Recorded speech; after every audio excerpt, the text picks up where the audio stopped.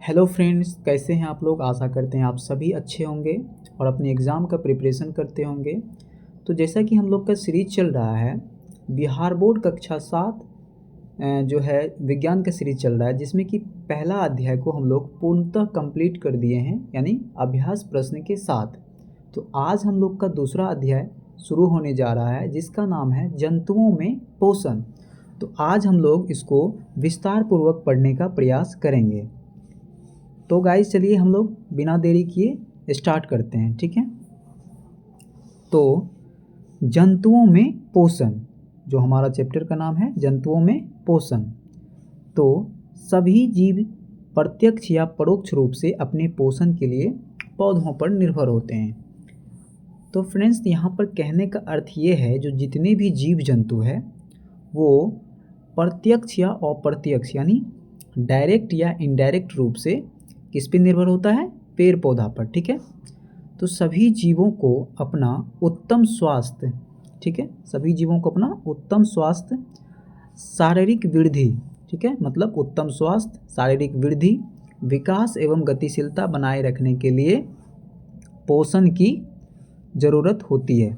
मतलब कोई भी जीव है उसको क्या चाहिए, अच्छा स्वास्थ्य चाहिए, यानी मतलब बढ़िया वाला स्वास्थ्य चाहिए, और शारीरिक वृद्धि चाहिए यानी कि बॉडी में ग्रोथ चाहिए, फिर बॉडी को डेवलपमेंट यानी विकास चाहिए, और गतिशीलता चाहिए यह एक्टिविटी। तो उसके लिए क्या चीज़ की ज़रूरत होती है, पोषण की ज़रूरत होती है, ठीक है। तो जंतुओं के पोषण में उनकी पोषक तत्वों की ज़रूरत, भोजन ग्रहण करने का तरीका तथा शरीर में उनका उपयोग शामिल है, ठीक है। यानी कि जंतुओं के पोषण में उनकी पोषक तत्वों की ज़रूरत, भोजन ग्रहण करने का तरीका तथा शरीर में उनका उपयोग शामिल है, ठीक है। अब हम लोग आगे की ओर देखते हैं, ठीक है। पिछली कक्षा में आप जान चुके हैं कि हमारे भोजन में कई अवयव होते हैं, ठीक है। तो यहाँ ध्यान देने बात यह है, जो हमारे भोजन है उसमें कई तरह के अवयव होते हैं, ठीक है, कई प्रकार के अवयव होते हैं जो भोजन को संतुलित बनाए रखने में मदद करते हैं। तो आपको उनका नाम ज़रूर यहाँ पर याद रखना है, ठीक है। आपको इस कॉलम में आप चाहते हैं तो उनका डिटेल्स आप भर सकते हैं, ठीक है। ये सब कॉलम आप भर सकते हैं अपना बुक में, ठीक है।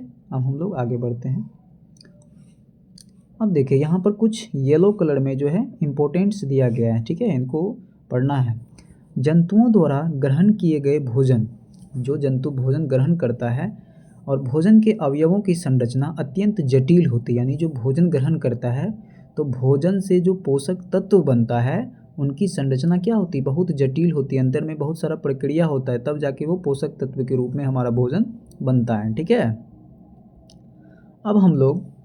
अब देखिए, जंतुओं द्वारा ग्रहण किए गए भोजन के अवयवों की संरचना क्या होती है, अत्यंत जटिल होती है। तो ग्रहण किए गए भोजन से शरीर कई प्रकार के पदार्थों का संश्लेषण करता है। क्या करता है, कई प्रकार के पदार्थों का संश्लेषण करता है, जिसमें से कुछ हमारे लिए अत्यंत क्या होते हैं, आवश्यक होते हैं, जबकि कुछ अपशिष्ट पदार्थ, अनुपयोगी पदार्थ भी उत्पन्न होते हैं। इस पूर्ण प्रक्रिया को हम लोग क्या कहते हैं, पाचन कहते हैं। यानी कि पाचन वह प्रक्रिया है जिसके द्वारा हमारा शरीर को पोषक तत्व मिलता है, और पोषक तत्व के अलावा जो अपशिष्ट पदार्थ होता है वो हमारे मुख एनस के द्वारा क्या होता है, बाहर निकलता है। तो इस पूरा प्रक्रिया को क्या कहा जाता है, पाचन की क्रिया कहते हैं, ठीक है। अब हम लोग आगे बढ़ते हैं। यहाँ पर दिया गया है, क्या आप जान चुके हैं कि भिन्न भिन्न जीवों की भोजन संबंधी, यानी कि विभिन्न जीवों की भोजन संबंधी क्या होती है, भिन्न भिन्न जीवों की भोजन संबंधी आवश्यकता एवं आदतें अलग अलग होती है, ठीक है। क्या होती है, अलग अलग होती है, अलग अलग होती है। यानी सभी जीव जो है, सभी जीवों का एक आदत नहीं होता है, कोई निगल जाता है भोजन को, कोई कुतर के खाता है, कोई चबा के खाता है, तो ठीक है। तो सबका अलग अलग होता है। साथ ही जीवों में पोषण का तरीका भी क्या होता है, अलग अलग होता है, ठीक है। इस बात पे आपको ध्यान देना है, ठीक है। आगे हम लोग देखते हैं।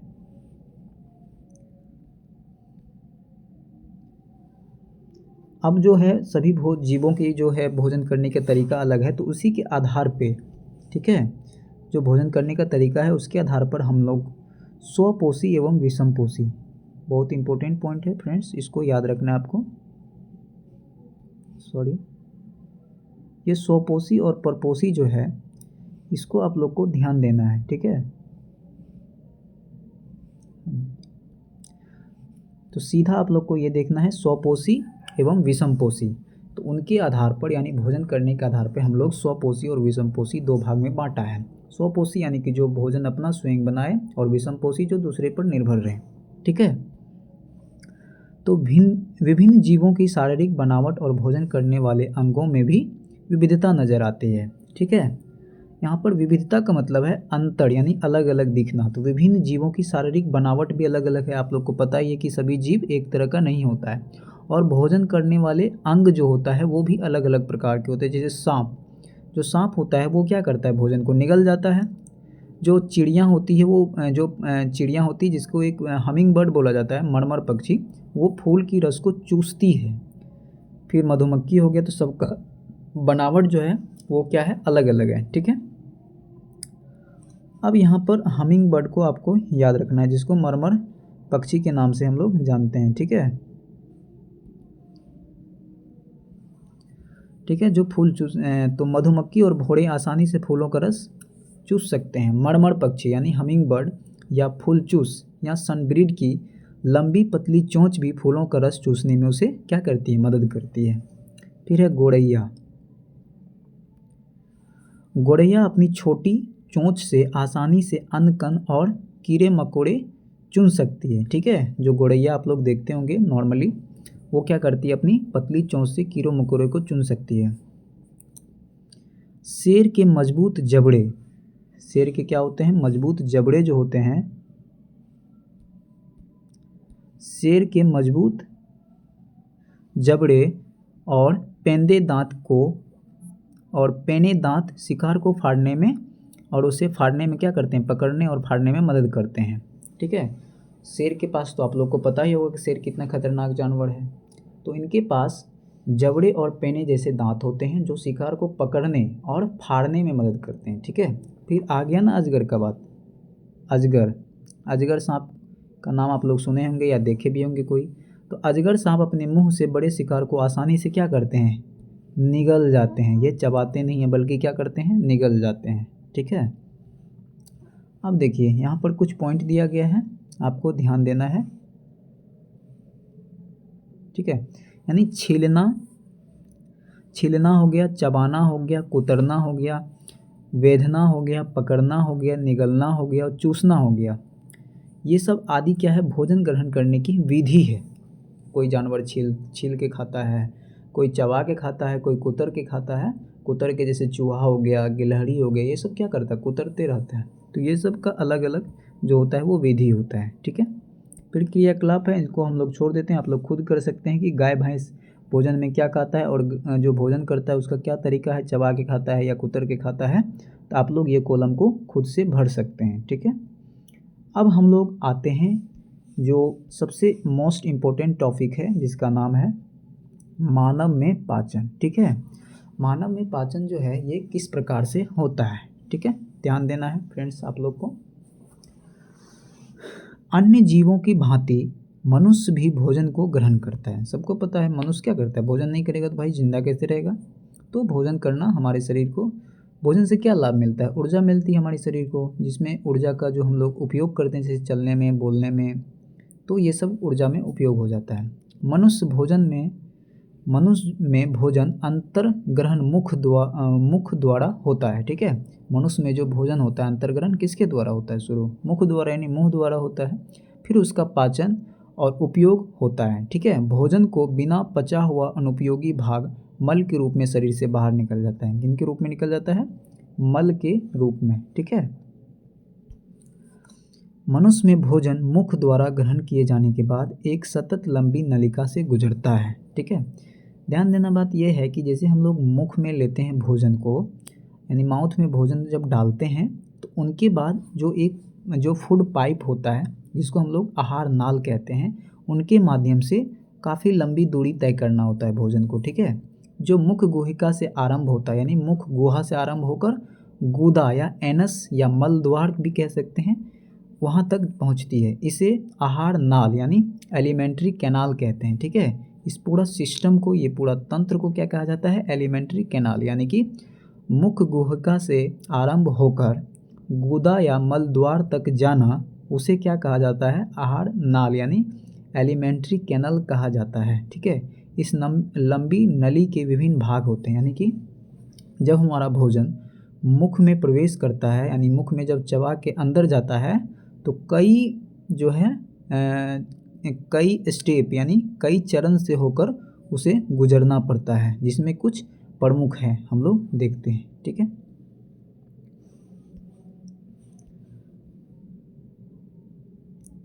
पहला है मुख गुहिका। पहला क्या है? मुख गुहिका, जिसको हम लोग माउथ कैविटी कहते हैं। यानी पहले जो भोजन हम लोग करते हैं वो कहाँ लेते हैं? अपना मुख में लेते हैं, यानी मुंह में लेते हैं।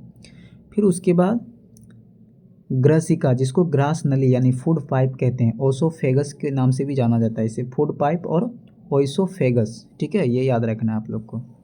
फिर आमाशय, फिर क्या होता है? आमाशय, जिसको हम लोग पेट कहते हैं। आमाशय में भोजन जाता है। पहला याद रखना, ये स्टेप को इम्पोर्टेंट है, तो कोई पूछ देगा आपको कि भोजन कितने स्टेप से होकर गुजरता है, तो आप लोग को ये स्टेप बता देना है। तो पहला मुख गुहिका, फिर ग्रास नली, फिर आमाशय, फिर छोटी आंत यानी स्मॉल इंटेस्टाइन में, ठीक है। हमारा जो भोजन का पूर्णतः पाचन होता है वो छोटी आंत में ही होता है, याद रखना है। भोजन का पूर्ण रूप से पाचन वो स्मॉल इंटेस्टाइन, ना कि लार्ज इंटेस्टाइन, बड़ी आंत में नहीं होता है, ठीक है। फिर मलाशय, जिसको रेक्टम कहते हैं, ठीक है। मलाशय यानी कि भोजन जो है, जो अपशिष्ट पदार्थ होता है एक जगह जमा होता है, जिसको हम लोग मलाशय कहते हैं। और फिर मल द्वार यानी गुदा या एनस द्वारा बाहर निकल जाता है, ठीक है। चलिए, यहाँ तक आशा करते हैं आप लोग को यहाँ तक समझ में आ गया होगा। आइए हम लोग आगे बढ़ते हैं। देखिए फ्रेंड्स, तो आप ये इस फिगर के माध्यम से भी अच्छा सा आपको कॉन्सेप्ट क्लियर हो जाएगा, ठीक है। इसमें जो पहला है, ठीक है, पहला क्या है? मुख गुहिका, ठीक है। मुख गुहिका यानी माउथ कैविटी, पहला हम लोग भोजन को मुख में डालते हैं। फिर ये ग्रसिका है, ठीक है। ये क्या है? ग्रसिका। ये एक पाइप के समान काफ़ी लंबी होती है। उसके बाद इसके माध्यम से भोजन कहाँ पहुँचता है? तो आमाशय में। पहले भोजन कहाँ पहुँचता है? आमाशय में। आमाशय के बाद भोजन कहाँ चल जाता है? छोटी आंत में, ठीक है। ये हमारा छोटी आंत है, छोटी आंत में भोजन चल जाता है, ठीक है, यहाँ पे। फिर भोजन कहाँ पहुँचता है? बड़ी आंत में, ठीक है। यहाँ पे पाचन होने के बाद कहाँ पहुँचता है? बड़ी आंत में, ठीक है। बड़ी आंत में पहुँचने के बाद फिर भोजन कहाँ जो है अपशिष्ट पदार्थ, जो भोजन में से मेन पोषक तत्व, उसको शरीर अवशोषण कर लेता है। उसके बाद जो रेस्ट पदार्थ बचता है उसको मलाशय में जमा कर देता है। फिर मलाशय के बाद ये मल द्वार यानी एनस द्वारा कहाँ निकल जाता है? ये बाहर निकल जाता है, ठीक है। तो इतना पार्ट्स आपको ध्यान में रखना है, ठीक है। आइए हम लोग आगे बढ़ते हैं।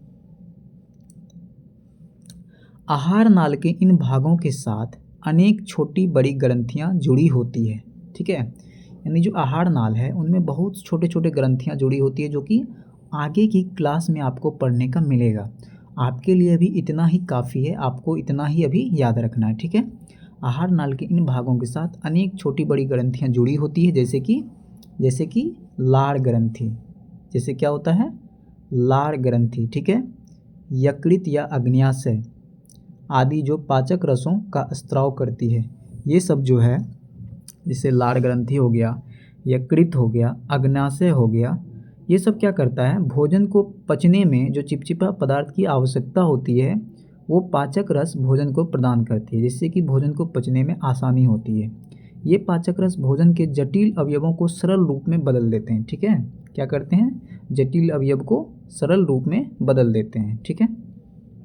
आहार नाल और उससे संबंधित ग्रंथियां मिलकर पाचन तंत्र का निर्माण करती है, ठीक है।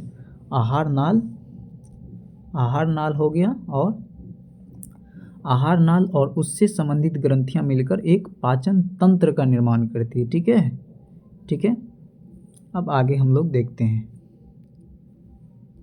यहाँ तक क्लियर हो गया होगा आप लोग को। अब देखिए, ये जितना भी येलो कलर वाला पार्ट्स है हमारा, ये बहुत ही इम्पोर्टेंट पार्ट है, ठीक है। आपको इनको बिल्कुल अच्छे से समझना है ध्यानपूर्वक, ठीक है। अब देखिए हम लोग बात करते हैं। पहला है अंतर्ग्रहण। पहला क्या है? अंतर्ग्रहण। ध्यान देना है फ्रेंड्स, पहला है अंतर्ग्रहण, इसको समझते हैं। आहार को प्राप्त और ग्रहण करना। अंतर्ग्रहण का मतलब क्या होता है? प्राप्त और ग्रहण करना। तो आहार को प्राप्त और ग्रहण करना मनुष्य में मुख द्वारा होता है, ठीक है। आहार को प्राप्त या ग्रहण करना मनुष्य में किसके द्वारा होता है? मुख द्वारा होता है, जहाँ दांत से भोजन को चबाया जाता है, ठीक है। तो यहाँ तक समझ में आया आपको अंतर्ग्रहण का मतलब क्या होता है? आहार को प्राप्त और ग्रहण करना, और मनुष्य में ये मुख द्वारा होता है, जहाँ दांत से भोजन को चबाया जाता है, ठीक है। अब हम लोग पाचन में आते हैं। पाचन किसे कहा जाता है? तो भोजन के जटिल अवयवों को हम क्या बोलें कि भोजन में, जैसे कि हम लोग दाल या चावल या रोटी जो भी खाते हैं, तो उसमें विभिन्न प्रकार के पोषक तत्व होते हैं। ऐसा नहीं कि एक ही प्रकार के पोषक तत्व होते हैं। तो उन विभिन्न प्रकार के पोषक तत्वों को पोषक तत्व में बदलने के लिए, यानी कि डायरेक्ट चावल खाते हैं वो पोषक तत्व ही नहीं जाता हमारे अंदर, उसमें से पोषक तत्व को निकालना पड़ता है हमारे शरीर के कुछ अंग को। तो ये क्या है? एक जटिल प्रक्रिया है। तो भोजन के जटिल अवयवों से उपयोगी पदार्थ का संश्लेषण, ठीक है। अब हमारे शरीर को जो जो चीज़ की आवश्यकता है वो भोजन से अब्जॉर्ब कर लेता है, ठीक है। भोजन को बोलता है भाई हमको अभी प्रोटीन की आवश्यकता है, तो तुम प्रोटीन दो। कोई कोई देखते हैं कि जिसका शरीर जो है कोई बढ़ता नहीं है, कोई आदमी का हाइट नहीं बढ़ पाता है, तो उनका एक हार्मोनल प्रॉब्लम भी होता है, बट उसका भोजन भी एक उसमें से मुख्य अवयव होता है, ठीक है। यानी कि पोषक तत्वों का अभाव होता है। तो पाचन की प्रक्रिया, पाचन की प्रक्रिया में मुख से आरंभ होकर आंत तक पूरी हो जाती है, ठीक है। आंत मतलब उसमें दोनों हो जाता है, छोटी और बड़ी आंत तक पूरी हो जाती है। यानी पाचन की प्रक्रिया जो होती है, हम क्या बताएं कि पाचन की प्रक्रिया मुख से प्रारंभ होकर आंत तक क्या हो जाती है? खत्म हो जाती है। जैसे कि आपको एक पॉइंट यहाँ पे समझा देते हैं। जो पाचन की प्रक्रिया है वो कहाँ से प्रारंभ होती है? मुख से प्रारंभ होती है, और आंत यहाँ पे ख़त्म हो जाती है। यानी कि 1 2 3 4 5 5 स्टेप्स जो है भोजन जो है हमारे शरीर में पाचन करने में 5 स्टेप्स को फॉलो करता है। पहला मुख गुहिका हो गया, दूसरा ग्रसिका हो गया, तीसरा आमाशय, और चौथा छोटी आंत, पाँचवा बड़ी आंत। ये जो मलाशय और मल द्वार है ना, इसमें भोजन अपशिष्ट पदार्थ इसमें जमा होता है, ना कि ये एक प्रक्रिया है। तो अपशिष्ट पदार्थ यहाँ पे जमा होता है और ये इसके द्वारा भोजन बाहर निकल जाता है, जो अपशिष्ट पदार्थ होता है। तो ये दोनों प्रक्रिया जो है भोजन पचाने में काम नहीं करता है, ठीक है। ये 5 प्रक्रिया ही भोजन को पचाने में काम करता है, ठीक है। अब हम लोग पाचन देख लिए, अब हम लोग देखते हैं अवशोषण, ठीक है। अवशोषण को देखेंगे, ठीक है। पचित भोजन का रसांगुलों द्वारा ग्रहण एवं रक्त में मिलने की प्रक्रिया, ठीक है। अवशोषण का मतलब होता है पाचित भोजन। अब जो भोजन हमारे शरीर में पच गया है, जो पोषक तत्व में बदल गया है, उन पोषक तत्व को रसांगुलों द्वारा, रसांगुलों मतलब एक स्पंजनुमा आकृति होती है शरीर के अंदर, तो उनमें जो है जो पोषक तत्व होता है वो एब्जॉर्ब हो जाता है वो, और शरीर को रक्त प्रवाह में मदद करता है, ठीक है। इस प्रक्रिया को अवशोषण कहते हैं। यानी कि मेरा कहने का अर्थ ये है कि हम लोग कुछ भी भोजन करते हैं तो भोजन का अलग अलग काम होता है। जैसे कि किसी को कोई भोजन से ब्लड बनता है, कोई किसी से सांस में फ़ायदा होता है, तो ये अलग अलग प्रक्रिया होती है। तो इन प्रक्रिया से गुजरना, इसे क्या कहते हैं? अवशोषण करते हैं। यानी भोजन को करने के बाद उस भोजन से जो है पोषक तत्व निकल के हमारे शरीर में ग्रोथ और डेवलपमेंट में जो काम आता है, इस प्रक्रिया को अवशोषण कहते हैं डायरेक्टली, ठीक है। अब है स्वांगीकरण। क्या है? अब स्वांगीकरण, शरीर की वृद्धि और विकास के लिए पचित भोजन का उपयोग, ठीक है। अब तो जो शरीर है हमारा वो पोषक तत्व तो बना लिया, अब उस पोषक तत्व का कहाँ कहाँ काम है, उसका क्या क्या कार्य है, उसको हर एक कार्य पर भेजता है कि तुम जाओ वृद्धि करना, तुम जाओ विकास करना, तुम जाओ मतलब दूसरा कुछ काम करना। तो अलग अलग कार्य सभी को देता है, तो इसी प्रक्रिया को स्वांगीकरण कहते हैं। और निष्क्रमण का अर्थ होता है पचित भोजन को आहार नाल से निष्कासन करना, ठीक है। यानी निष्क्रमण यानी पचित भोजन को आहार नाल से निष्कासन करना। जो भोजन पच गया है हमारा आहार नाल से निकलेगा तभी तो हम दूसरा भोजन करेंगे, तो फिर पचेगा। तो पचित भोजन को आहार नाल से क्या होता है, निष्कासन करना, ठीक है। अब हम लोग आगे देखते हैं। सॉरी गाइज, हम जो भी भोजन करते हैं आहार नाल के विभिन्न भागों से होकर गुजरता है, ठीक है। ऐसा तो नहीं है कि दूसरा भाग से भी होकर गुजरता है, तो जितना भी भोजन हम लोग करते हैं वो सभी आहार नाल से ही होकर गुजरता है, ठीक है। आइए अब हम जाने कि आहार नाल के विभिन्न भागों में भोजन का क्या होता है, ठीक है। अब हम लोग आहार नाल के बारे में एक एक स्टेप्स को देखेंगे। पहला है मुख, यानी कि 7 प्रकार से हम लोग आहार नाल देख चुके हैं। पहला है मुख, फिर दूसरा है ग्रसिका, फिर उसके बाद है आमाशय, आमाशय के बाद क्या है छोटी आंत, फिर बड़ी आंत, फिर मलाशय, फिर गुदा, ठीक है। ये जो मुख प्रकार है, तो उसमें से पहला प्रकार क्या है, पहला क्या है मुख एवं मुख गुहिका, ठीक है।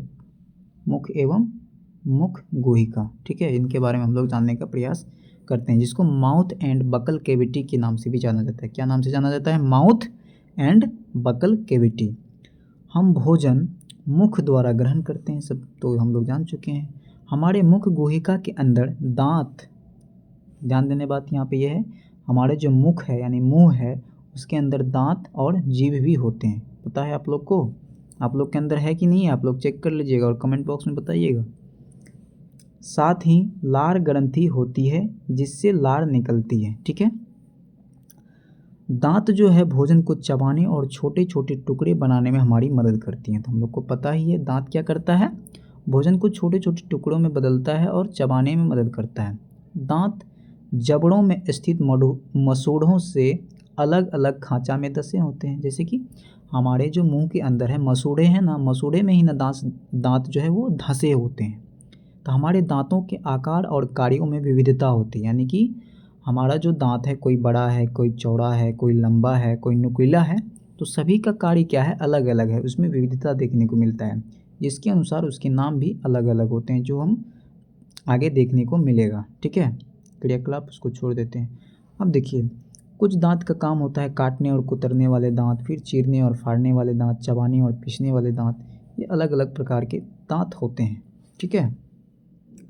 आगे है क्वेश्चन कि आपके मुंह में कितने दांत हैं। आप लोग सभी अपना दांत को काउंट करके, सभी बच्चे से रिक्वेस्ट है कि आप अपना दांत को काउंट करके वो हमें बताएं हमारे कमेंट बॉक्स में कि आपके पास कितने दांत हैं, ठीक है। पता कीजिए एक वयस्क मनुष्य को कितने दांत होते हैं। आपको पता है वयस्क मनुष्य में 32 जो होते हैं दांत होते हैं। आपको याद होगा जब आप पहली या दूसरी कक्षा में थे तो आपके कुछ दांत गिरने लगे थे, सभी को पता है, जिसको हम लोग मिल्की टीथ के नाम से जानते हैं, यानी दूधिया दांत के नाम से जानते हैं, ठीक है। जो 8 या 9 साल के आयु में गिर जाते हैं, वो टूट जाते हैं, लेकिन कुछ समय के बाद फिर नए दांत आ जाते हैं। तो हमारे जीवन काल में दांतों के कितने सेट होते हैं, 2 सेट। कोई पूछ देगा आपको कि हमारे जीवन काल में दांतों के कितने सेट होते हैं, तो याद रखना है 2 सेट, ठीक है। कितने सेट, 2 सेट दांत होते हैं हमारे, ठीक है। अब नेक्स्ट हम लोग बात करते हैं, प्रथम सेट बचपन में ही निकलकर, ठीक है, प्रथम सेट बचपन में ही निकलकर 8 साल की आयु तक गिर जाते हैं, ठीक है।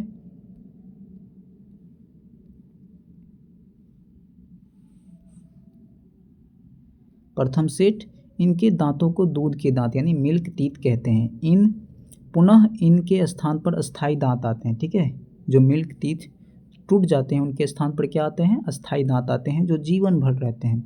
और किसी किसी को जवानी में ही दांत टूट जाते हैं, उनका भी कारण है, बताएंगे हम आगे। हालांकि वृद्धावस्था में भी कुछ दांत गिरने भी लगते हैं। दांतों के आकार और कार्यों के अनुसार निम्न प्रकार के होते हैं, ठीक है।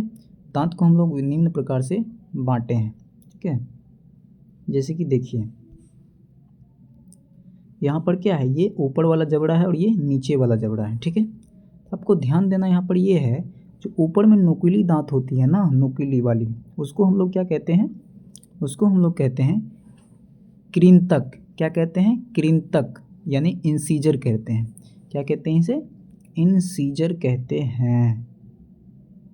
और ये क्या करते हैं? काटने का कार्य करते हैं। ठीक है, इंसीजर क्या करते हैं? काटने का कार्य करते हैं। उसके बाद नीचे जो जबड़ा है हमारा यहाँ पे इसको क्या कहा जाता है? इसको कहा जाता है रदनक। क्या कहा जाता है? रदनक। जो क्या काम करते हैं? फाड़ने के काम करते हैं। ठीक है, याद रखना आप लोग को, फाड़ने के काम करते हैं रदनक, फाड़ने का काम करते हैं। फिर है अग्र चवर्णक, जो नुकीली दांत होती है दोनों, आगे में यहाँ भी और यहाँ भी, ये क्या है? अग्र चवर्णक है। ठीक है,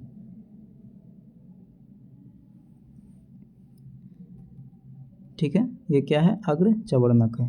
फिर है चवर्णक, जो पीसने और चबाने के काम आते हैं। यानी कि कुल मिला के जो दांत होते हैं वो हमारे अंदर 4 प्रकार के दांत होते हैं। पहला है कृंतक यानी इंसीजर, जो काटने का कार्य करते हैं। दूसरा है रदनक, जो फाड़ने का कार्य करते हैं।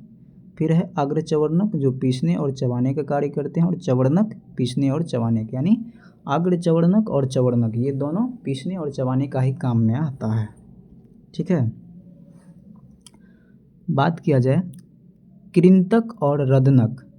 ठीक है, कृंतक और रदनक जो होते हैं वो ऊपर वाले जबड़े में होते हैं। किस में होते हैं? याद रखना है फ्रेंड्स, ये जो कृंतक है और रदनक है ये दोनों ऊपर वाले जबड़े में होते हैं, याद रखना है। फिर हमारा अग्र चवर्णक और चवर्णक ये दोनों कितने होते हैं? नीचे वाले जबड़े में होते हैं। ठीक है, आशा करते हैं यहाँ तक आपको पूर्णतः क्लियर हो गया होगा। ठीक है, अब आगे हम लोग बात करते हैं। क्या आप जानते हैं हमारे दांतों की ऊपरी परत जिन्हें इनेमल कहते हैं? दांत की ऊपरी परत, तो फ्रेंड्स ऊपरी परत कहने का मतलब है, ये मान के चलिए हमारा एक दांत है। ठीक है, इसको हम कलर से भर देते हैं।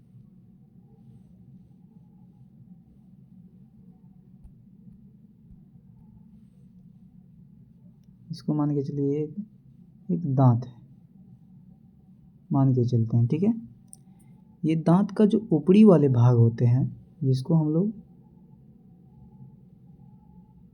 ठीक है, ये जो ऊपरी भाग होता है ना, इसे क्या कहा जाता है?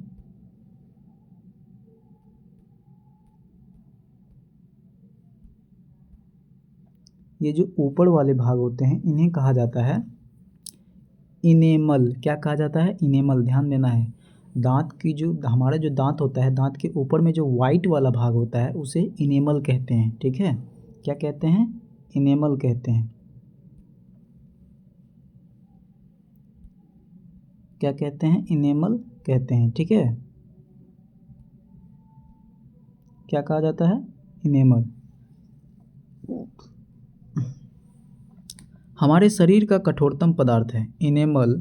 जो होता है, जो वाइट वाला पार्ट्स होता है हमारे शरीर का, क्या होता है? कठोरतम पार्ट होता है। ठीक है, कोई पूछेगा हमारे शरीर में सबसे कठोरतम भाग कौन सा है, तो वो इनेमल है। इनेमल दांत को ही कहा जाता है। यह मुख्यतः क्या चीज़ से बना होता है? कैल्शियम और एनेमेलिन नामक लवण तथा प्रोटीन से बना होता है। ठीक है, आमना को इमली और आम की चटनी बहुत पसंद है। ठीक है, आमना जो है उसको इमली और आम की चटनी क्या है? बहुत पसंद है। जब भी वह आम या इमली को देखती है उसके मुंह में पानी आ जाता है। ऐसा आप लोग में होता है फ्रेंड्स? तो बताइएगा आप लोग को आम या इमली देख के पानी आता है मुंह में? तो आप लोग कमेंट बॉक्स में हमको बताइएगा।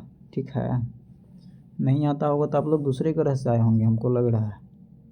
तो हमारा मुंह हमेशा गीला रहता है। क्या आपने कभी सोचा है हमारा मुंह क्या रहता है? हमेशा गीला ही क्यों रहता है? हमारे मुंह में 3 जोड़ी लार ग्रंथियाँ होती हैं। क्या होती है? 3 जोड़ी लार ग्रंथियाँ। क्या होती है? 3 जोड़ी लार ग्रंथियाँ। ठीक है, 3 जोड़ी लार ग्रंथियाँ होती हैं जिससे लार स्रावित होता है। ठीक है, यानी कि भोजन, अब मान के चलिए फ्रेंड्स, हम लोग कुछ भी भोजन करेंगे, अगर मुंह से लार का स्राव नहीं होगा तो वो भोजन पाउडर में बन जाएगा, ना कि वो गीला रहेगा। तो लार ग्रंथियाँ भोजन को मुलायम करने में भी मदद करती है। ठीक है, लार में पानी होता है, लवण होता है, चिकना म्यूकस, म्यूकस मतलब होता है चिपचिपा पदार्थ। भोजन का पाचन मुंह से ही लार में उपस्थित enzyme amylase, this is very important point, ध्यान देना है फ्रेंड्स। यहाँ पर एमाइलेज की बात की गई है, ठीक है, इसको आपको पूरी ध्यान देना है, ठीक है।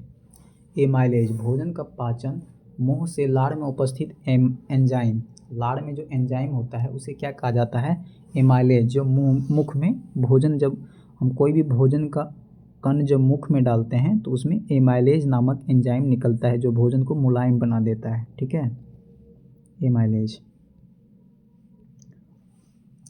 एमाइलेज क्या करता है, एमाइलेज की सहायता से आरंभ हो जाता है जो मंड को शर्करा में बदल देता है, याद रखना है। एमाइलेज क्या करता है, मंड को शर्करा में बदल देता है, यानी स्टार्च को ग्लूकोज में बदल देता है, स्टार्च को ग्लूकोज में बदल देता है, ठीक है। एंजाइम रासायनिक स्राव है जो आहार नाल से विभिन्न भाग एवं ग्रंथियों से स्रावित होती है, ठीक है।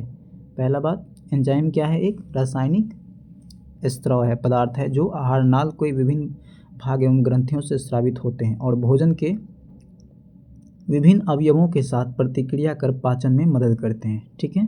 यहाँ तक समझ में आया। अब आगे हम लोग देखते हैं एंजाइम और उनकी क्रियाविधि तथा प्रभावों के बारे में अपने शिक्षक के साथ चर्चा कीजिए, ठीक है, यानी कि एंजाइम के बारे में बोल रहा है चर्चा करने। सोचिए हमारे मुख में लार नहीं होता तो मुख और मुंह में भोजन की स्थिति क्या होती, बता सकते हैं। अगर मुख में लार नहीं होता तो भोजन, जैसे आटा होता है ना गेहूं का, वैसा भोजन का जो है वो बन जाता मुख में अगर लार नहीं होता तो। भोजन पर लार के प्रभाव को जानने के लिए हम एक रोचक क्रियाकलाप कर सकते हैं, तो क्रियाकलाप हमको नहीं करना है, ठीक है, आगे हम लोग देखते हैं। चावल में मंड होता है तथा लार मंड को शर्करा में बदल देता है। चावल में क्या होता है, मंड होता है, ठीक है, चावल में क्या होता है, मंड, तथा लार जो है मंड को क्या करते हैं, शर्करा में बदल देते हैं, ठीक है। आगे देखते हैं जीभ, किसके बारे में, जीभ, यानी जीभ जो होता है, टंग जो होता है, जीभ मुंह के अंदर एक पेशीय अंग है, क्या है, एक पेशीय अंग है, ध्यान देना है। जीभ क्या है, एक पेशीय अंग है। जीभ आगे की ओर स्वतंत्र तथा पीछे की ओर मुख गुहिका के निचले भाग से जुड़ी होती है, ठीक है, यानी जो मुख से हम जीभ को आगे निकाल सकते हैं, जितना मन उतना, जितना मन नहीं भाई, निकल जाएगा पूरा तो फिर हम ही को बोलोगे, तो पूरा नहीं, आगे जो क्या होता है वो स्वतंत्र होता है, फिर पीछे मुख गुहिका से जुड़ा होता है। यह मुख का व्यस्तम अंग है, क्या है, मुख में जो है ये सबसे व्यस्त अंग है। जीभ जो है मुख में भोजन को इधर उधर करने, लार मिलाने तथा भोजन को निगलने में भी मदद करता है। और जीभ स्वाद कलियाँ यानी टेस्ट बड भी जीभ के अंदर पाए जाते हैं, जिनकी मदद से हम चीज़ों का स्वाद पता करते हैं, कौन नमकीन है, कौन खट्टा है, कौन मीठा है, तो सबका स्वाद हम लोग कैसे पता करते हैं, तो वो जीभ में सभी का पार्ट्स अलग अलग हिस्से में होते हैं। स्वाद कलियों की स्थिति का पता लगाने के लिए हम एक रोचक क्रियाकलाप कर सकते हैं, ठीक है। आइए हम लोग आगे देखते हैं। देखिए फ्रेंड्स, तो यहाँ पर जीभ में 4 पार्ट्स बनाए गए हैं, ठीक है। तो इसमें कुछ होता है जो नमकीन होता है, कुछ मीठा होता है, कुछ खट्टा होता है, कुछ जो है मसालेदार होता है, ठीक है, तो सबका अलग अलग काम है, तो वो हम लोग आगे देखेंगे, ठीक है। जीभ हमें साफ, स्पष्ट और शुद्ध उच्चारण करने में भी मदद करते हैं। जीभ क्या करते हैं, खाने पीने में तो मदद करते ही, बाद बाकी हमको स्पष्ट बोलने और बात करने में भी मदद करते हैं, ठीक है। दंत सुरक्षा स्वास्थ्य का आधार, देखिए दांत की सुरक्षा जो है हमारे लिए बहुत ही उपयोगी है, क्योंकि दांत अगर सुरक्षित नहीं रहेगा तो फिर हम सुरक्षित नहीं रहेंगे। तो हमको पानी पी के, जूस पी के, या फिर जो सत्तू होता है ना चना का, वो पी के रहना होगा भाई, क्योंकि दांत को सुरक्षित रखना बहुत ज़रूरी है। दांतों की सही देखभाल और साफ सफाई बहुत क्या है, ज़रूरी है। हमें सुबह तथा रात में सोने से पहले अपनी दांतों को दातून या ब्रश से ज़रूर साफ करना चाहिए। दातून करते समय दातून तथा हाथ की उंगलियां से मसूड़ों को अवश्य मलना चाहिए, ठीक है। कहने का मतलब है आप जब भी ब्रश करते हैं तो अपनी उंगलियां से जो मसूड़े होते हैं ना, उस पर आप उंगलियां को ज़रूर रगड़िए। इससे क्या होता है कि अगर आप मसूड़े पे उंगली रगड़ते हैं तो वहाँ पर घर्षण पैदा होता है, घर्षण से क्या होगा, ब्लड सर्कुलेशन बढ़ता है और दांत मजबूत होता है। इससे मसूड़ों में रक्त संचार बढ़ता है तथा दांत मजबूत होता है। ठीक है। खाने के बाद अच्छी तरह कुल्ली करना चाहिए। खाने के बाद क्या करना चाहिए? अब नहीं खाए और सो गए, खाने के बाद आपको अच्छी तरह से क्या करना चाहिए? कुल्ली करना चाहिए, ताकि कुल्ली करने से फ़ायदा ये है कि आपके दांत में अन्न का कण फंसा नहीं हो। ठीक है। अन्न का कण अगर फंसा रहेगा तो रात में सोइएगा और कीड़ा पकड़ लेगा उसमें। ठीक है। एक लेयर बना देगा जिससे दांत में फंसे अन्न कण निकल जाए। अच्छी तरह दांत को सफाई नहीं करने या अधिक चॉकलेट मीठा, गाइस तो आप लोग के लिए ही, आप लोग अधिक चॉकलेट खाते होंगे, मीठे चीज़ खाते होंगे, ठंडे पानी यानी फ्रीज के पानी पीते होंगे, इससे दांत पर बुरा प्रभाव पड़ता है। तो ये चीज़ अगर आप लोग करते हैं तो बिल्कुल छोड़ दीजिए, नहीं तो फिर जवानी में बूढ़ा होना होगा। ठीक है। तो मीठे चीज़ या ठंडे पेय पदार्थ आदि खाने पीने से क्या होता है? दांत पर बुरा प्रभाव पड़ता है। ये चीज़ें दांतों के बीच फंसे अन्न कणों से चिपक जाते हैं तथा उन पर एक परत बना लेती हैं। ठीक है। ये जो मीठा पदार्थ होता है ना, दांत पर एक परत बना देती है। इसके कारण जीवाणुओं को पनपने और बढ़ने का मौका मिल जाता है। ठीक है। जीवाणु दांतों में फंसे अन्न कण और शर्करा को अम्ल में बदल देते हैं। जीवाणु क्या करते हैं? जो दांत में फंसे होते हैं अन्न का कण, वो उन्हें क्या करते हैं? अम्ल में बदल देते हैं, जो दांतों की ऊपरी परत इनामेल को क्या करता है? क्षति पहुंचाता है। यानी जो वाइट वाला भाग है, इनामेल जिसको कहते हैं, उन्हें क्या कहते हैं? क्षति पहुंचाते हैं तथा दांतों के बीच छेद बना देते हैं। मसूड़ों से रक्त और मवाद आने लगता है। ऐसा होने से क्या होगा? मसूड़ों से रक्त आने लगेगा, ब्लड निकलने लगेगा और मुख से दुर्गंध आने लगती है, जिसे पायरिया कहते हैं। पायरिया की बीमारी हो जाती है। धीरे धीरे दांत कमज़ोर होकर टूटने लगते हैं। ऐसी स्थिति में हम बहुत सी चीज़ों को खाने से वंचित रह सकते हैं। क्या आप ऐसी स्थिति उत्पन्न करने से बच सकते हैं? तो बिल्कुल आपको चॉकलेट बिस्किट जो है ज़्यादा नहीं खाना है, फ्रिज का ठंडा पानी ज़्यादा नहीं पीना है, ये सब चीज़ से आपको बचना है। ठीक है। तो फ्रेंड्स, आज हम लोग यहीं तक अपना वीडियो को रोकते हैं, क्योंकि पूरा पढ़ाने में जो हो जाएगा वो वीडियो बहुत बड़ा हो जाएगा। ठीक है। तो कैसा लगा आज का ये वीडियो, आप लोग हमें कमेंट बॉक्स में ज़रूर बताएं और हमारे वीडियो को लाइक और सब्सक्राइब ज़रूर करें, ताकि और हो सके तो बेल आइकन को भी प्रेस करें, ताकि जो है लेटेस्ट नोटिफिकेशन आपको पहुंचते रहे। चलिए, धन्यवाद और नेक्स्ट पार्ट का आप लोग जो है वेट कीजिए।